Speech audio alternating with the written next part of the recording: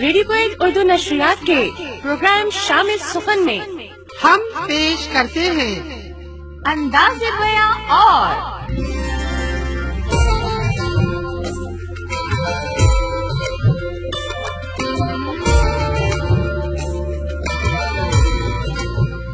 किस्मत में सितारा न सही शाम तो देंगे, ए मौज हवा फिर कोई पैगाम तो देंगे। ठहरे हुए पानी में गिरा के कोई कंकर खामोश नदी को कोई पैगाम तो देंगे।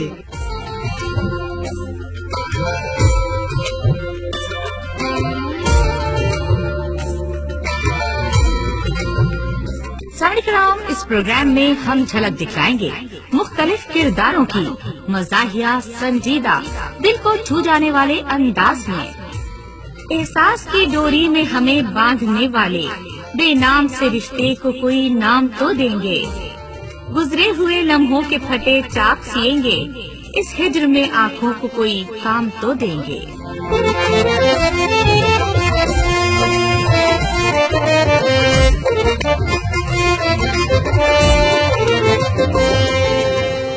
पेश खिदमत है प्रोग्राम अंदाज़े बयां और। लफ्ज कुछ नहीं कहते, अंदाज़े बयां बोलता है। हर शब्द मेरे अंदर दबा इंसान बोलता है। साड़ीकराम रेडियो क्वेट की उर्दू नशरियात से आइए सुनते हैं।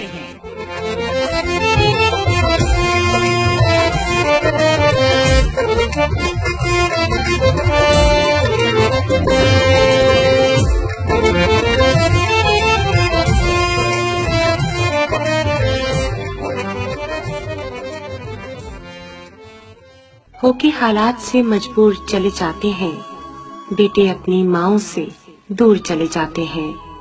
घर के आंगन में प्यार से मिलने वाले बनकर परदेस में मजदूर चले जाते हैं। समीरम, जैसा कि आप सब जानते हैं, एक परदेसी की जिंदगी क्या होती है, वो किन किन मराहिल से गुजरता है, उसको कितनी कुर्बानियां देनी पड़ती हैं, क्या क्या तकलीफें सहना पड़ती हैं, तब कहीं जाकर अपने घर वालों को एक आसाइश भरी जिंदगी दे पाता है। समीरम, आप समझ ही गए होंगे कि आज हमारे स्टूडियो में कौन होगा और हम किसका इंटरव्यू ले रहे हैं।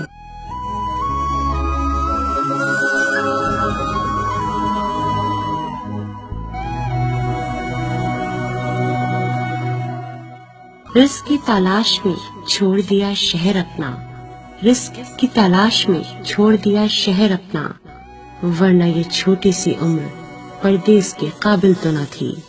तो आइए सामीन, सुनते हैं एक परदेसी की कहानी, उसी की जुबानी।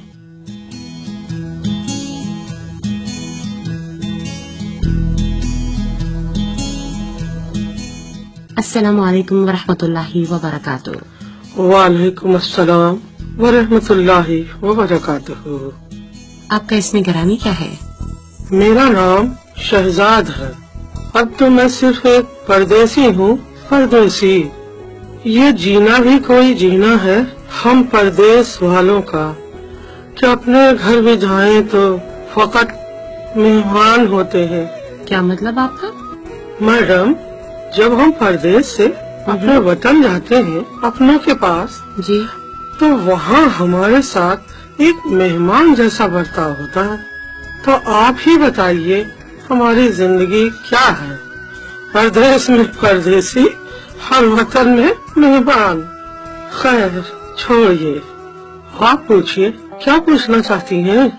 खैर, दास्तान तो बहुत लंबी होगी यकीनन आपकी, लेकिन आप ये बताना पसंद करेंगे कि अपना मुल्क छोड़ने की वजह क्या है? क्या बताऊं, कोई भी शख्स अपनी खुशी से अपनों से दूर नहीं होता। वतन से दूर बहुत मजबूरी में आता है। वही एक मजबूरी घर वालों को एक आसाइश भरी जिंदगी देना, सही, भाई बहनों का मुस्तकबिल संभालना, वगैरह वगैरह। सही कहा। वतन से दूर परदेश में आपको कोई तकलीफ तो नहीं? यहाँ पर आराम से है। अरे मैडम, वतन से दूर अजनबी जगह भला कोई तकलीफ नहीं होगी। सबसे पहले तो रिहाइश का मसला। कंपनी ने रहने को कमरा तो दिया, लेकिन एक कमरे में 8 लोग। 8 लोग? जी जी। ओह, कोई गाना गा रहा है तो कोई टीवी देख रहा है। आप ही बताइए, ऐसे में कोई सोना चाहे तो कैसे सो सकता है? और अगर कुछ बोलो तो लड़ाई झगड़ा मोल लो। क्या लड़ाई झगड़ा? क्या मतलब है आपका? जी हाँ, क्यों नहीं। मुख्तलिफ मुल्कों और मुख्तलिफ मिजाज के लोग जी आपस में जल्दी एडजस्ट कैसे हो सकते हैं? सही। किसी की मर्जी के खिलाफ कोई बात हुई तो बस। मैडम, मैं आपको बताऊं, जी अपने मुल्क में मैं बहुत गर्म मिजाज था। गर्म मिजाज थे बहुत? जी। तो लगता है यहाँ पर आके आपका मिजाज बदल गया। लेकिन यहाँ आकर सारी गर्मी कहाँ गायब हो गई, पता ही नहीं चला। सही कहा। वैसे अभी आपने जिक्र किया एक कमरे में 8 लोग, परेशानी तो बहुत होती होगी। खाने वगैरह का क्या करते हैं? होटल में खाते हैं या कमरे में ही पकाते हैं? मैडम, परेशानी तो बहुत होती है। शुरू में बहुत परेशान रहा, सही। लेकिन फिर सोचा कि रहना तो यही है। बिल्कुल। अपना घर तो नहीं है कि जब चाह आराम किया, जब चाह घूमने निकल गए। सही बात है। मियां शहजाद, खुशी खुशी इस माहौल को अपनाओ, इसी में फायदा है। बिल्कुल सही कहा आपने। तो बस हम सब ने मिलकर एक खानदान की तरह रहना शुरू कर दिया। आपस में काम बांट लिए। कमरे की सफाई, खाना बनाना, बाथरूम धोना, अच्छा। बर्तन साफ करना, क्या बात है। बाजार से सामान लाना, हिसाब किताब रखना, ये सब काम मिलजुल कर करते हैं। अच्छा, तो हिसाब किताब कैसे करते होंगे? और मैडम, खाने पीने का हिसाब रखना ही पड़ता है। 30 दिनार महीना हर शख्स खाने के देता है। 30 दिनार? जी। उसी का हिसाब रखना पड़ता है। सही। 20 दिनार मैं अपने पास और रखता हूँ खर्चे के लिए। सिर्फ 20 दिनार? जी जी। टोटल 50 दिनार रखकर सब पैसे घर भेज देता हूँ। सारे के सारे पैसे भेज देते हैं आप घर? हमने घर की सलामती के लिए खुद को घर से निकाल रखा है, तो मैडम फिर ये तो करना ही पड़ेगा। सही कहा आपने। वैसे बहुत खूब शेर पढ़ा आपने। आपको शायरी भी आती है? नहीं मैडम, शायरी कहाँ। इस मजदूर को वक्त ही कहाँ मिलता कि शायरी करे। बस दिल की आवाज है, दिल की, जो घर से दूर होते हैं, बहुत मजबूर होते हैं। सच कह रहे हैं आप। परदेस वो शराब है जिसका हुसूल शायद इतना मुश्किल नहीं, मगर उसका वजूद इंसान की रग रग में दर्द भर देता है। अच्छा, चले अगले सवाल पर हम आते हैं। कितने साल आपको परदेस में हो गए? गुजरता एक पल भी नहीं और बीत 14 साल गए। 14 साल? जी हाँ, जिंदगी गुजर गई। ये सोच कर आया था कि चंद साल परदेस में गुजार कर वतन वापस लौट जाऊंगा, लेकिन हाँ, अपना सोचा हुआ कब पूरा होता है मैडम। सही। साल पर साल गुजर जाते हैं और हम परदेसी अपने फराइज पूरे करते करते जवानी से बुढ़ापे की दहलीज पर पहुंच जाते हैं मैडम। अमूमन कितने अरसे बाद आप अपने मुल्क जाते होंगे? मैं जब यहाँ आया था जी, तो पहली दफा तो कुछ ऐसे हालात थे कि मुझे 10 साल लग गए अपने वतन वापस जाने में। क्योंकि मैडम, भाई बहनों की तालीम पूरी कराना, सही, फिर उनकी शादियाँ, फिर दोबारा मैं 3 साल बाद गया। अब मैंने तय कर लिया है कि इंशाअल्लाह हर 2 साल बाद जाऊंगा। वैसे एक बात बताइए, परदेश में कौन सी बात ज्यादा तकलीफ दे है और कौन सी बहुत अच्छी? मैडम, ये आपने क्या पूछा? परदेश में सबसे ज्यादा तकलीफ दे चीज है अपने प्यारों से दूरी। सही। दिन भर की कड़ी मेहनत के बाद जब इंसान घर लौटता है तो एक प्यार भरी मुस्कुराहट उसकी सारी थकन दूर कर देती है। इसमें तो कोई शक नहीं। लेकिन परदेश में हम इस मुस्कुराहट को तरसते हैं।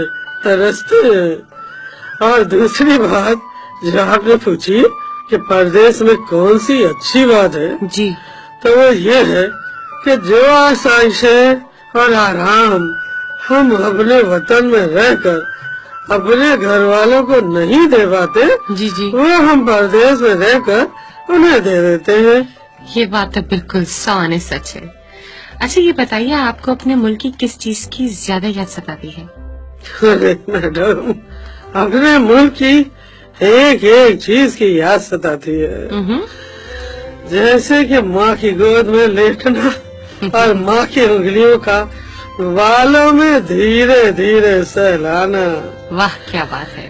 छुट्टी के दिन दोस्तों के साथ गपशप करना, बेटे के साथ क्रिकेट खेलना, वाह क्या बात। बेटी को शाम को घुमाने ले जाना वगैरह।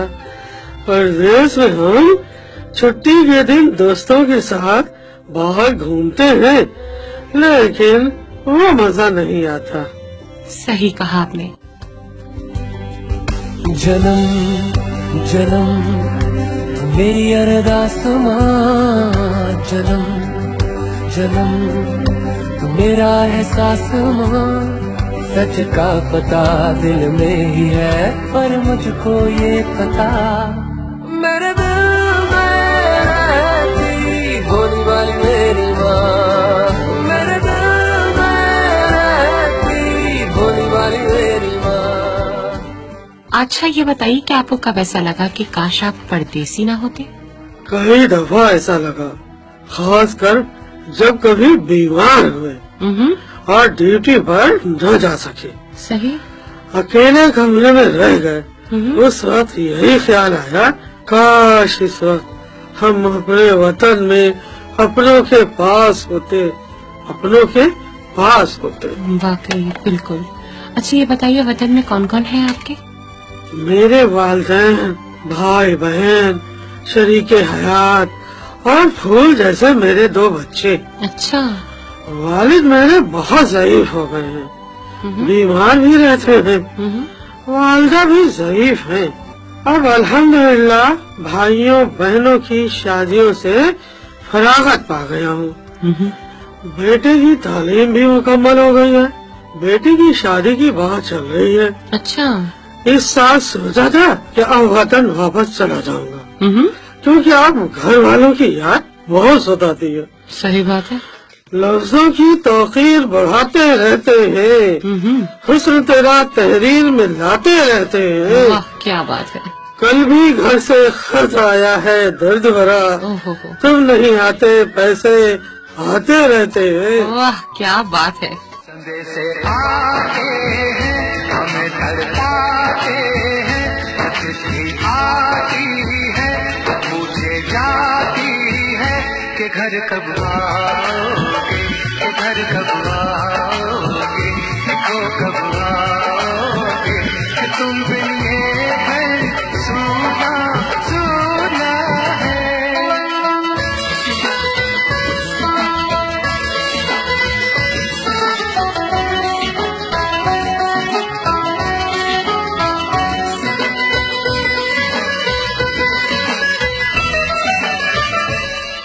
लेकिन हार है मेरी मजबूरी। मेरे दोनों भाइयों ने फरमाइश कर दी है कि उन्हें शादी में फ्लैट नहीं दिए थे। बहनों ने? जी, अब फ्लैट थे, नहीं तो बहनों को घर पर रखे। अच्छा। अब आप ही बताइए मैडम, दोनों बहनों को घर पर कैसे रख सकता हूँ? दोनों बहनों के 3 बच्चे भी हैं। क्या मतलब है? आपके भाई भी तो है, वो कुछ नहीं करते? जी हाँ, है तो, लेकिन जो वतन में होते हैं वो सिर्फ अपने बीवी बच्चों के लिए होते हैं। दोनों भाइयों की नौकरियाँ अच्छी हैं, लेकिन वो दोनों शादी के बाद अलग रहने लगे। हफ्ते 10 दिन में एक बार आकर वालिदैन से मिल लेते हैं, बस सारे उनकी जिम्मेदारियाँ बस खत्म हो गयी। ये बताइए, आपने अपने बहनोइयों को मना क्यों नहीं कर दिया? इस तरह तो आपकी पूरी जिंदगी यहीं गुजर जाएगी। घर वालों की फरमाइश पूरी करते करते एक बार सख्ती तो कीजिए, मना तो कीजिए। मैडम, आप किस दुनिया में रहती है? क्या आप नहीं जानती ये फरमाइशें करने वाले लोग कितने बददिमाग होते हैं? वो अपनी बात पर अड़े रहते हैं। अगर दोनों ने मेरी बहनों को बच्चों के साथ घर भेज दिया तो मेरे बूढ़े वालिदैन तो खुद ही हो जाएंगे। सही। और मैं सारी जिंदगी पछताता रहूंगा कि मैंने उनकी फरमाइशें क्यों नहीं पूरी कर दी। माँ बाप को खोना बहुत बड़ा गम है जो मैं बर्दाश्त नहीं कर सकता। हाँ, मुझे कुछ कभी करना पड़े मैं करूँगा। हाँ, ये जरूर है कि मैंने उनसे कह दिया कि ये तुम लोगों की आखिरी फरमाइश है। चलिए, ये तो अच्छा किया आपने। हाँ, इसके बाद कोई फरमाइश नहीं। क्या वो लोग तैयार हो गए? मुझे तो नहीं लग रहा कि वो लोग तैयार हुए होंगे। अरे मैडम, मैं अभी तो बेवकूफ भी नहीं हूँ। पक्का स्टैम्प पेपर से दस्तखत करवा लिए हैं। स्टैम्प पेपर में दस्तखत? जी, कि ये उनकी आखिरी फरमाइश है। अच्छा। और मैंने ये भी किया कि 2 गवाहों के भी दस्तखत करवा लिए। अरे वाह, ये तो बड़ा अच्छा काम किया। लेकिन ये सोचिए कि 2 फ्लैट की कीमत क्या होगी? इस कीमत को जमा करने में आपको कितने साल लग जाएंगे यहाँ पर? जी हाँ, ये तो है। लेकिन अब आप ही बताइए मैं क्या करूँ? मेरी मजबूरी, कुछ ओवर टाइम करूँगा ताकि जल्दी पैसे जमा कर सकूँ। सही। और जो पैसे बेटी की शादी के लिए जमा किए थे वो भी लगा दूंगा। बेटी की शादी अगले साल करूँगा। सही। और क्या कर सकता हूँ? कुछ और कुर्बानी देनी पड़ेगी मुझको और मेरी शरीके हयात को। अक्सर लोग ये कहते हैं कि हमारे मुल्क ने हमें क्या दिया। ऐसे लोगों को क्या कहना चाहेंगे आप? मैडम, ऐसा वही लोग कहते हैं जो अपनी हर नाकामी के लिए दूसरों को जिम्मेदार मानते हैं। ऐसे लोगों से सिर्फ इतना ही कहना है कि ये सोचें कि आपने अपने मुल्क को क्या दिया है। जहाँ आप जाना चाहते हैं जाएं, लेकिन खुदारा अपनी मट्टी और अपनी असास को मत भूलें। दरख्त अपनी जड़ से उखड़ जाए तो हवा, पानी, जानवर और मौसम उसे पत्ता पत्ता कर देते हैं। सही। और उसकी छाल तक उखड़ जाती है। और ये कहना चाहूँगा कि हम बेवफा नहीं जो अपने वतन को भूल जाए। सही बात है। वाह, क्या बात है। अच्छा, एक आखिरी बात, आप कुछ कहना चाहेंगे हमारे सामीन से रेडियो के जरिए? जी हाँ मैडम, जरूर। ये तो एक मौका मिला है मुझे अपनी बात बहुत से लोगों तक पहुँचाने का। सबसे पहले तो ये कहूँगा कि भाई, परदेश में जो कुछ भी कमाओ अपने जरूरी अखराजात के अलावा थोड़ा पैसा अपने पास जरूर रखो। वाह, सब मुल्क में न भेजो। बिल्कुल सही कहा आपने। मैंने बहुत बड़ी गलती की जिसका खमियाजा भुगत रहा हूँ। सही। सब पैसा बेचता रहा भाई के नाम। जमीन खरीदी गई, मकान बना। मैडम खुश होता रहा कि चलो अपना घर तो हो गया, लेकिन ये नहीं मालूम था कि वो घर मेरे नाम नहीं बल्कि मेरे भाई के नाम था। भाई ने मेरा नाम तो कहीं रखा ही नहीं था। शादी के बाद उसकी बीवी अलग रहना चाहती थी। सही। वो भी मजबूर था, क्या करता। और मैडम, परदेश में हम परदेसी हैं और अपने वतन में मेहमान। सही। और अगर बहुत मजबूरी में परदेश आए हो तो मैं अपने सामीन से कहूँगा कि अगर बहुत मजबूरी में परदेश आए हो तो मुसम्मम इरादा करके आओ कि बस इतने साल परदेश में रहना है और फिर वतन वापस। सही। ज्यादा ख्वाहिशात लेकर मत आओ मेरे भाई, मत आओ, क्योंकि ज्यादा ख्वाहिशात के साथ हम आते हैं अपने पैरों पर और कभी कभी वापसी होती है लकड़ी के बक्स में। और कभी तो मैडम वतन की मट्टी भी मैसर नहीं होती। मेरे भाई, ख्वाहिशात कम लेकर आओ, कम। समीरम, ये सच है कि इंसान की मजबूरी उसे वतन से दूर करती है। शहजाद साहब की कहानी हर परदेसी की कहानी है। उन्होंने जो कहा कि कम ख्वाहिशात लेकर आओ, जिसमें जल्दी वतन वापस जाओ अपनों के पास, लेकिन ये बहुत मुश्किल है। इसी के साथ हमें इजाजत दीजिए। अल्लाह हाफ़िज़।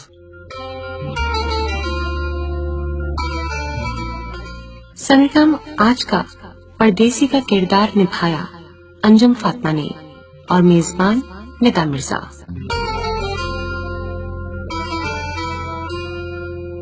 अंदाज़ बयां गर्चे बहुत शोख नहीं है, शायद कि उतर जाए तेरे दिल में मेरी बात।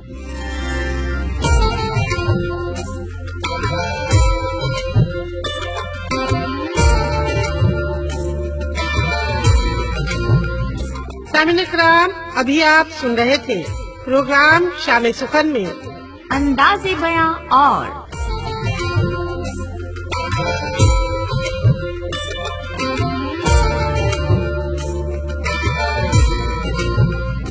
तहरीर तरतीब व पेशकश अंजुम फातिमा, रज़िया अशरफ और निदा मिर्जा।